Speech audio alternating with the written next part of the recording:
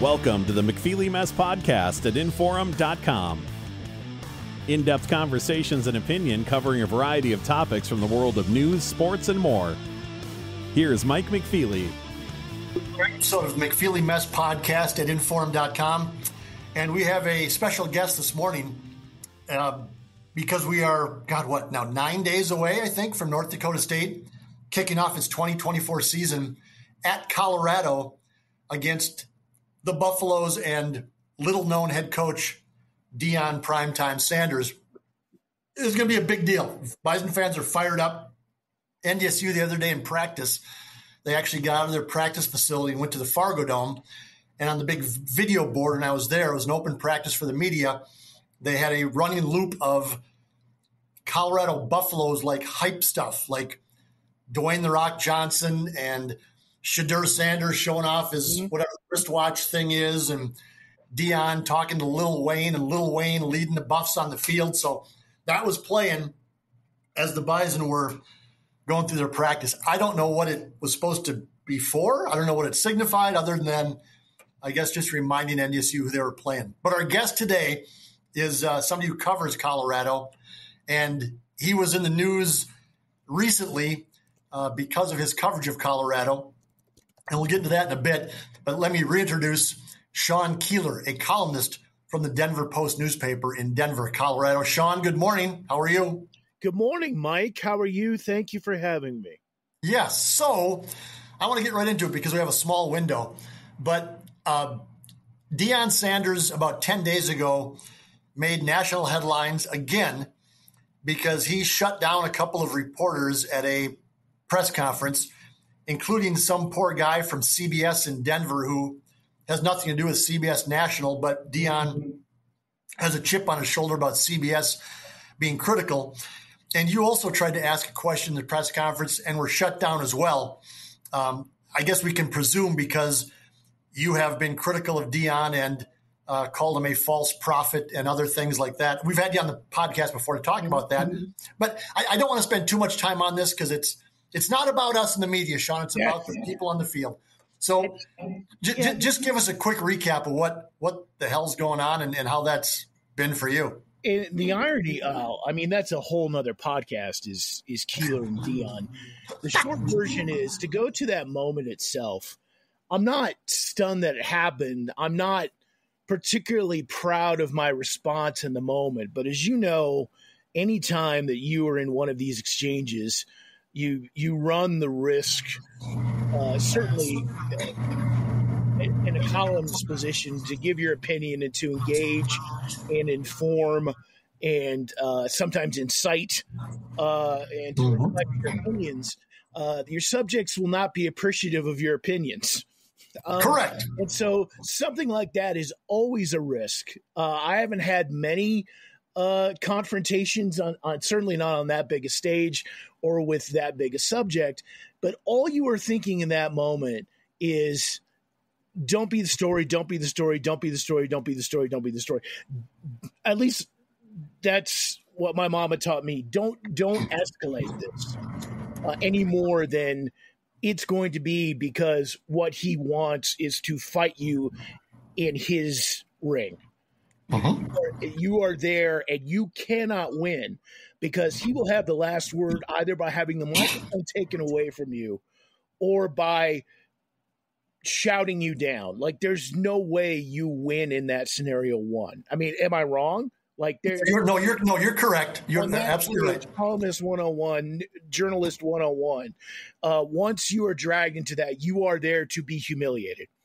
And on some level I was. I was shocked that probably it didn't happen because of the stage or just because of whatever the media, whatever they're again, everything with Deion is different in that it's a multimedia operation, more than it is a PR operation, and it's not run out of Boulder. It's run out of Los Angeles, and they tell Boulder what we're going to do. As we've talked about, it's, again, none of this is normal and sensible. It's all artifice and weird, and the family of his business partner / agent is with him all the time and staring daggers at me. So all of this is strange. All of that was strange. I mean, would I do some of it over again? Yeah. Would I try to get back to, look, can I ask you a question about your football team, i.e. where, and the question was, where are you going to, what do you define as success for year two? Because everything has been leading to our point about what we're talking about today. Yes. All anybody's looking at is everything has been building in this kind of 20 months into year two, right? Like this is the last run for Shedeur, for Shiloh, for Travis Hunter, for however many, kids before they transfer out, for all these upper class transfers who came in of the 50. There are a ton. I think you could do the count, something like a third of the roster are grad transfers. I mean, all of this is just built for this moment. So is there pressure on year 2A? And B, where do you define it as success? And ultimately, what you got is what you got, and that's fine. And we still don't have an answer. And yet, you know what, Mike? By him not answering, I think we kind of know where the answer is from a pressure standpoint, don't we? And how he behaved that day and how he just took on not just me who poked the bear. The bear's going to bite. You're going to have to risk that when you go in and do that kind of thing. But again, Eric Christensen is CBS 4, who is a business partner, any business partner who has been apologized to. By the way, don't know if you saw that last Friday. No, I did not.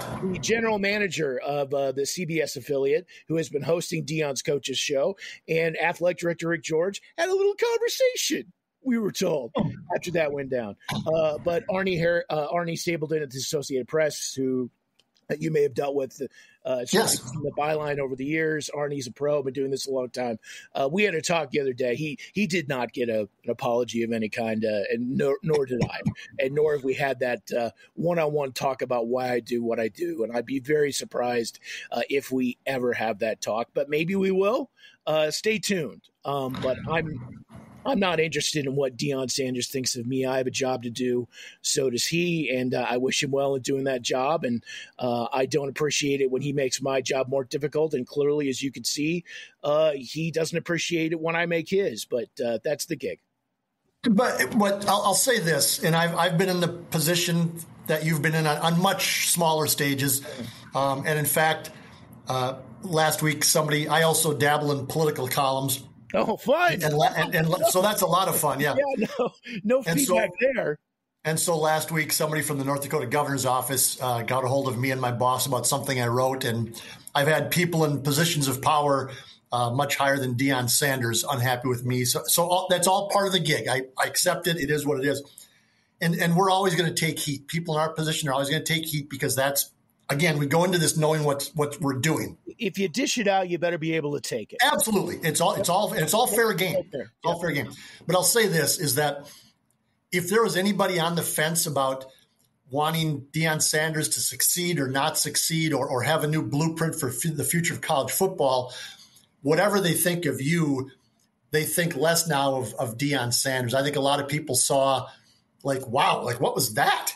And sort of wondering if a guy in that position with that much money and that much power is going to be that thin-skinned and not able to take any criticism, then that didn't reflect well on Deion. That's in the world I live in here in Fargo-Moorhead and in Minnesota.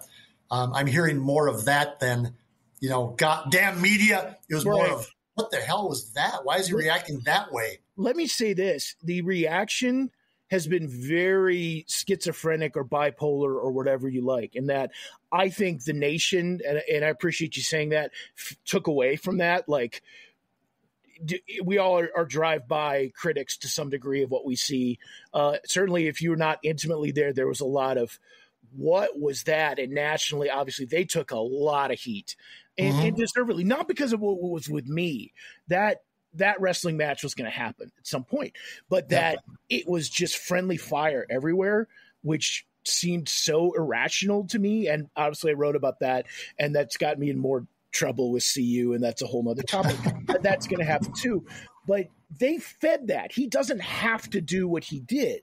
He made an active choice to throw a local CBS affiliate and a business partner under the bus because of whether it was whatever business deal or editorial complaint he had with CBS National or CBS Sports, whatever it was.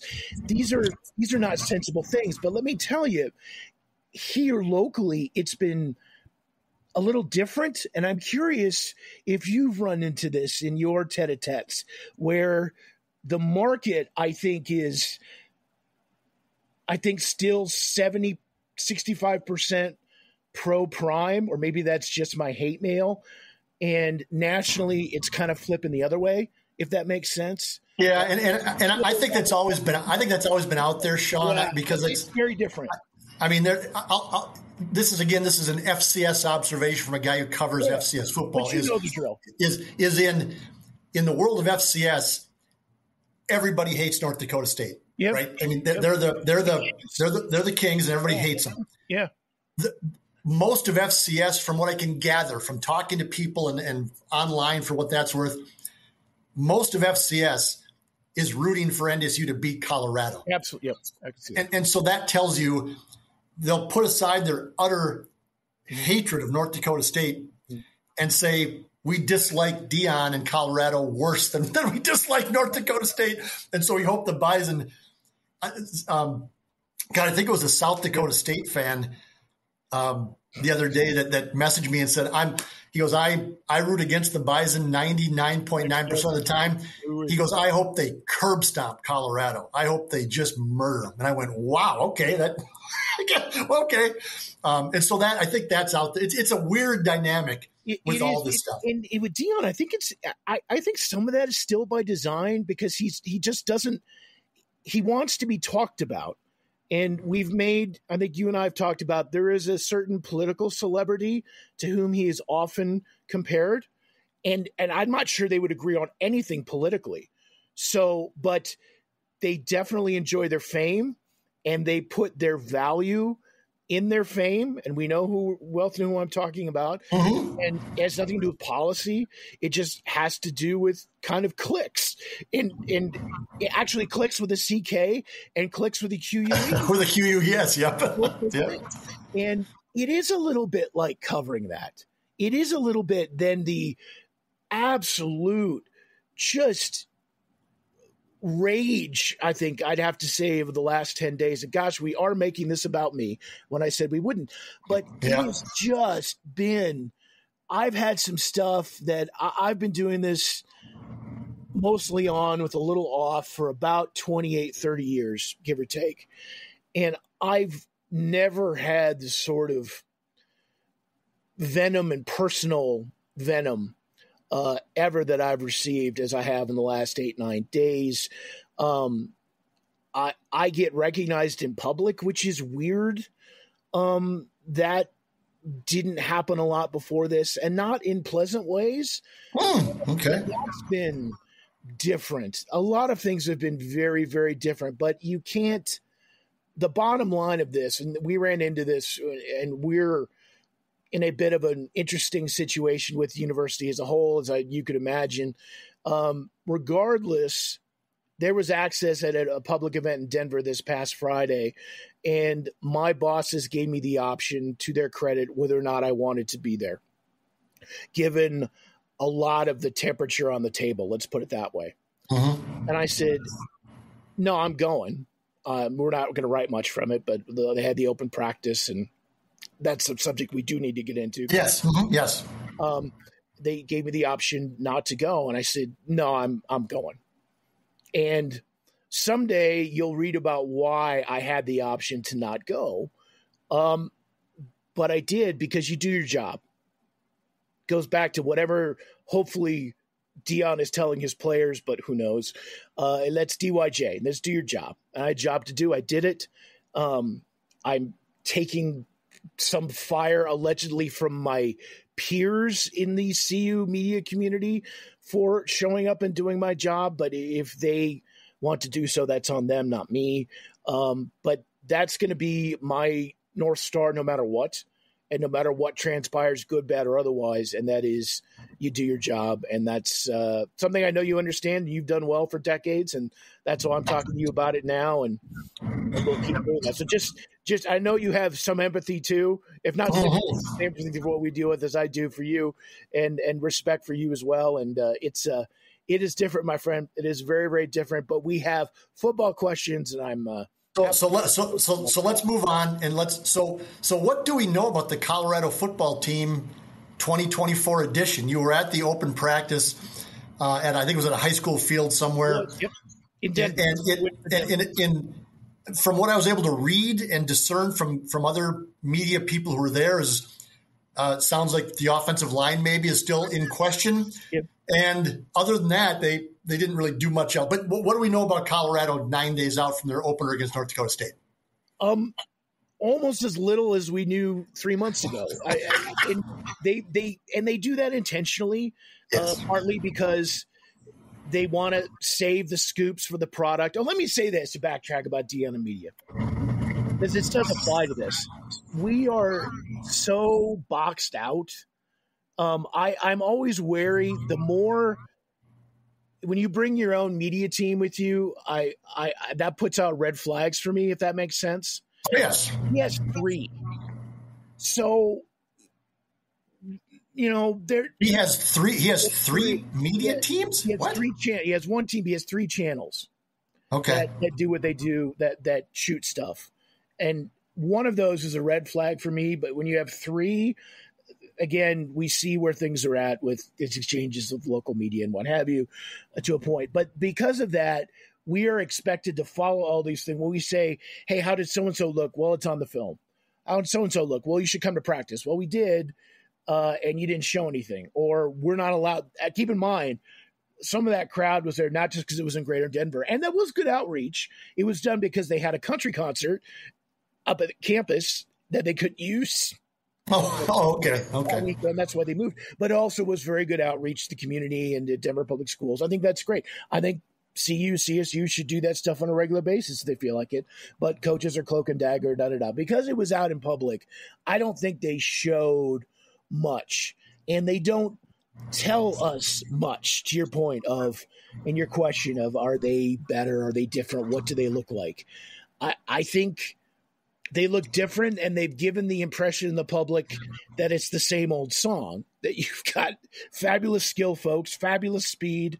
Everybody can run and nobody can block. I don't know that to be gospel. I know that that's the impression that they left, and I think that they're not going to tip their hand until we have the great Buffalo Bison showdown, and then you're going to see whatever they can do.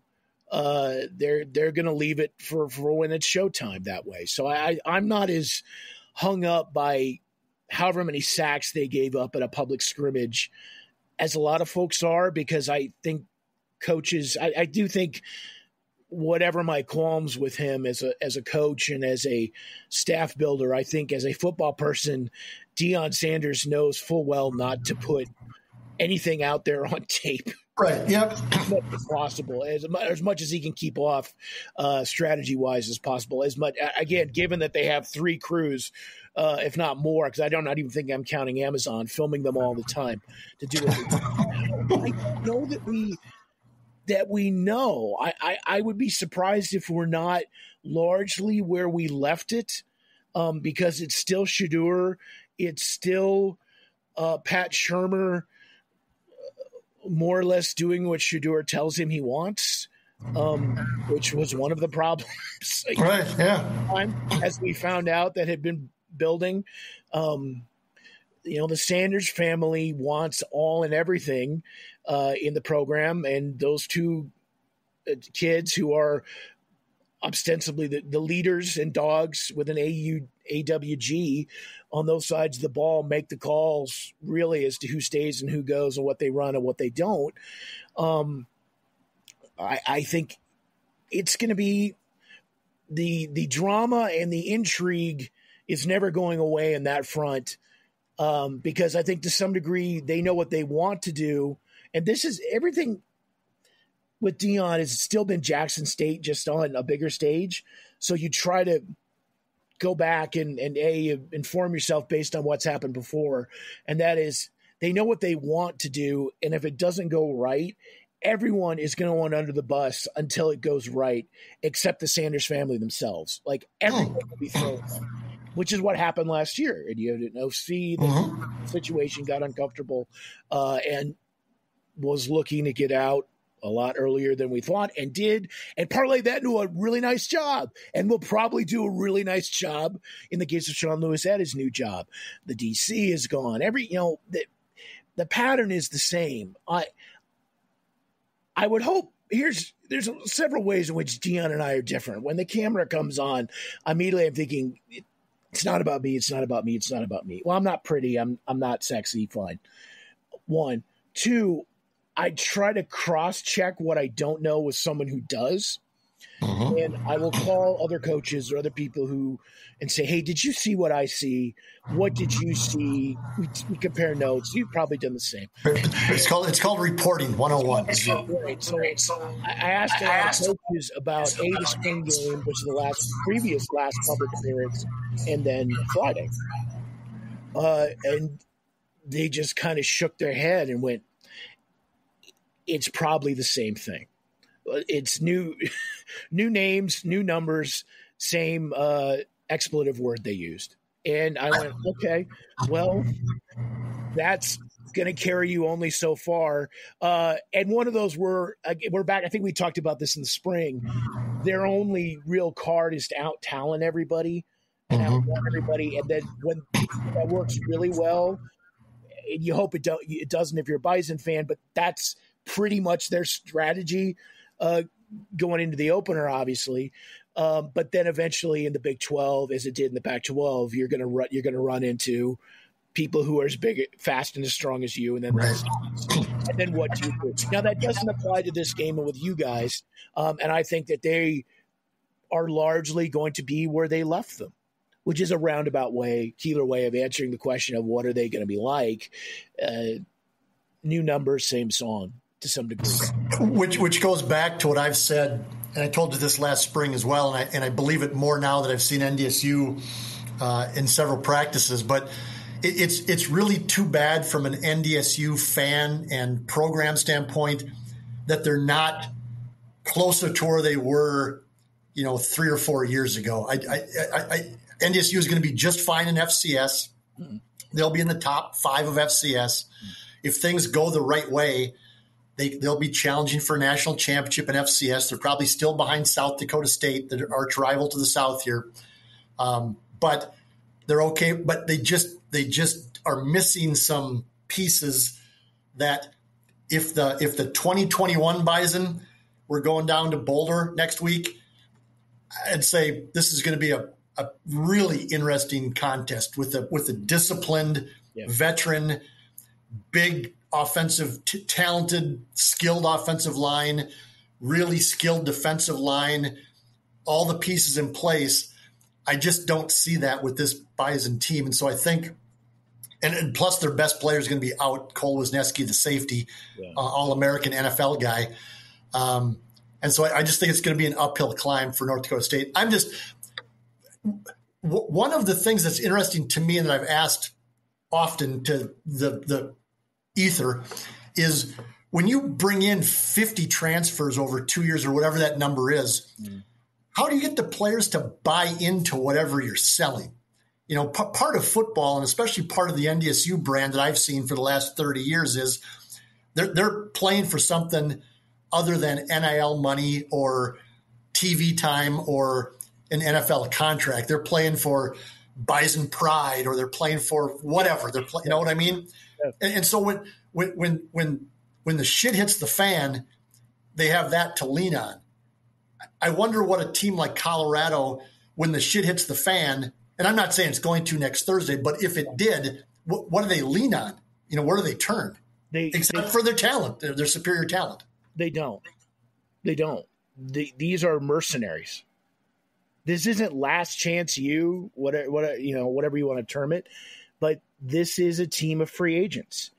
This is a team of grad transfers who are in it for the NIL and they're in it for the NFL. And that sounds critical to some degree, but that's also what Deion is selling. Like he's saying, look, you don't have to do it the Bill Snyder way. Let's use what you're talking about, the conventional way. You're in for something where you build, you recruit the high schoolers, you develop. Deion Sanders isn't interested in developing anybody. He's interested in winning now.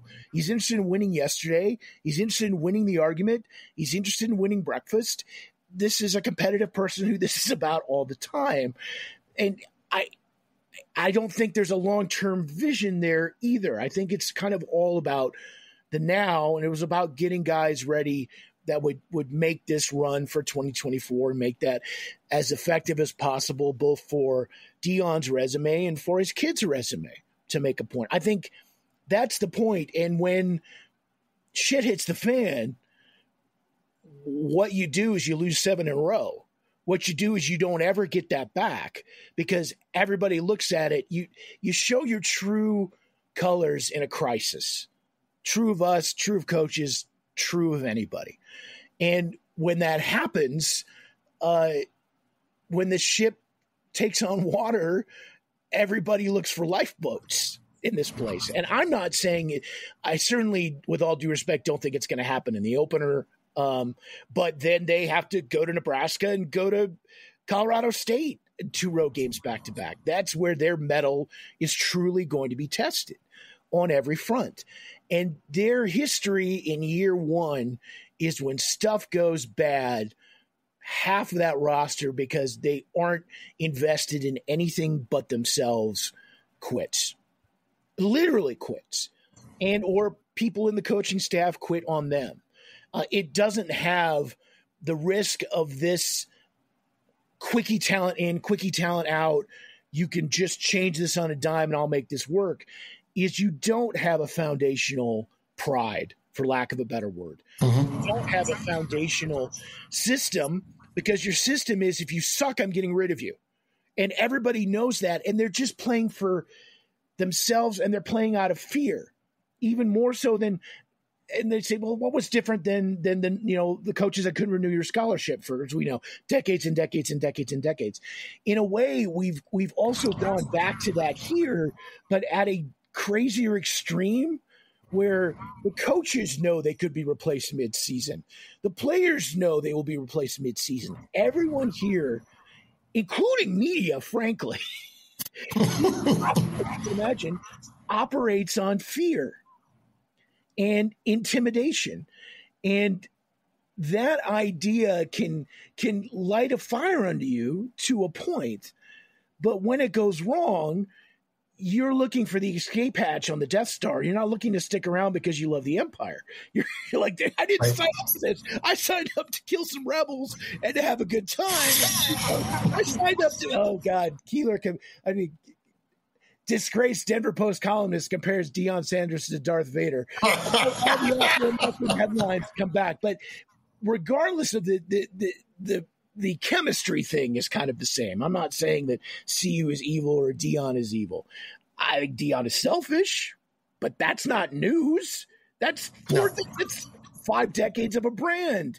And he's controversial and he's confrontational and he wants all the smoke and give me the smoke. The worst thing you can do is ignore Deion Sanders. He wants all those things. That hasn't changed. But ultimately, this is going to come down, and this season and what this era is going to come down to the scoreboard.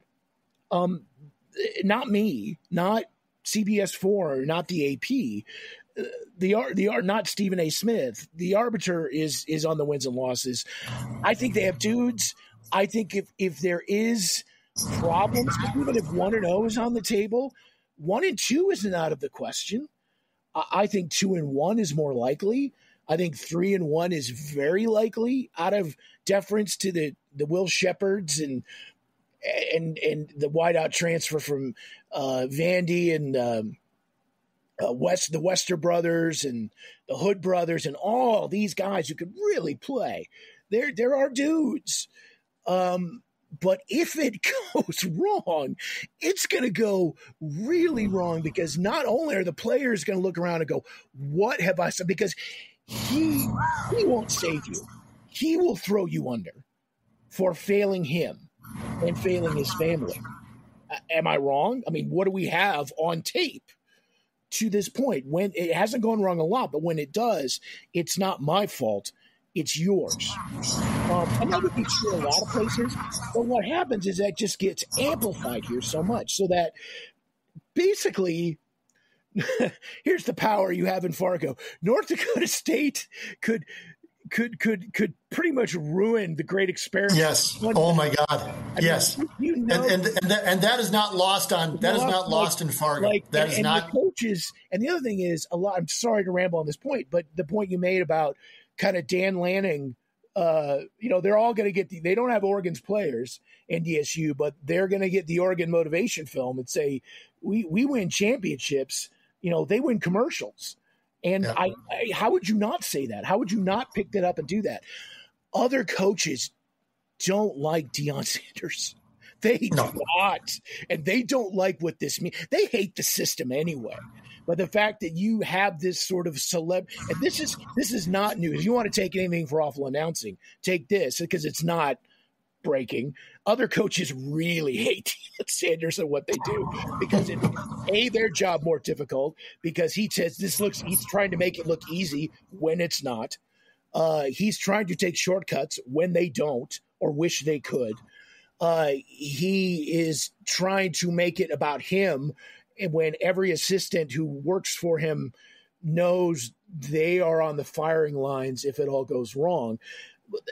So, yeah, everyone is kind of rooting against them in the industry in that regard for that reason.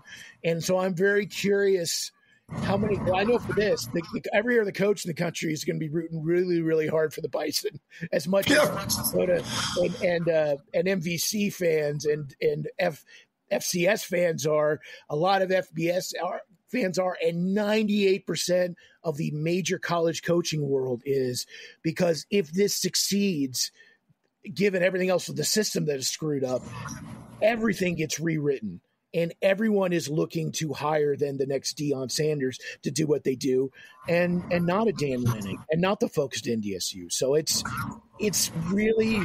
not fun being on the front lines, but you're about to jump into a very fascinating little experiment here, and this is the year we find out really a great one. And I can't wait. I've been looking forward to this since they hired Deion last year, a year and a half ago. It's been fantastic. This has been circled in everybody's calendar in Fargo for the last couple of years. Looking forward to getting to Boulder on Wednesday, Sean. Hope to see you at the game. Thanks very much for your time as always, and keep up the good work. Keep poking the bear. That's what we do, brother. We keep on poking and get the reaction. You know what? With that, and I'll leave you with this: it's not the bear so much that it is the Cubs. The Cubs come out and the Cubs bite, and they let you know, and that's fine. I hope to see you, my friend, as well. Safe travels. I'm sure we will have stories to tell. So there are even better ones off record. So you find me. Okay. All right. Thank you. Sean Keeler, columnist from the Denver Post newspaper, on the McFeely Mess podcast at inforum.com. The game is only 9 days away. I'm recording this on Tuesday, August 20th, and the game is Thursday, August 29th. And I can't wait. I can't wait to get to Boulder and take in the flavor. Just as an outsider, I think I know what is happening, but I think kind of being in the middle of it is going to be absolutely fascinating to see what happens and how that game unfolds in Boulder next Thursday. Thanks for listening. We'll talk again soon. Thanks for listening to the McFeely Mess podcast at inforum.com. For more podcasts and columns, head to inforum.com and search Mike McFeely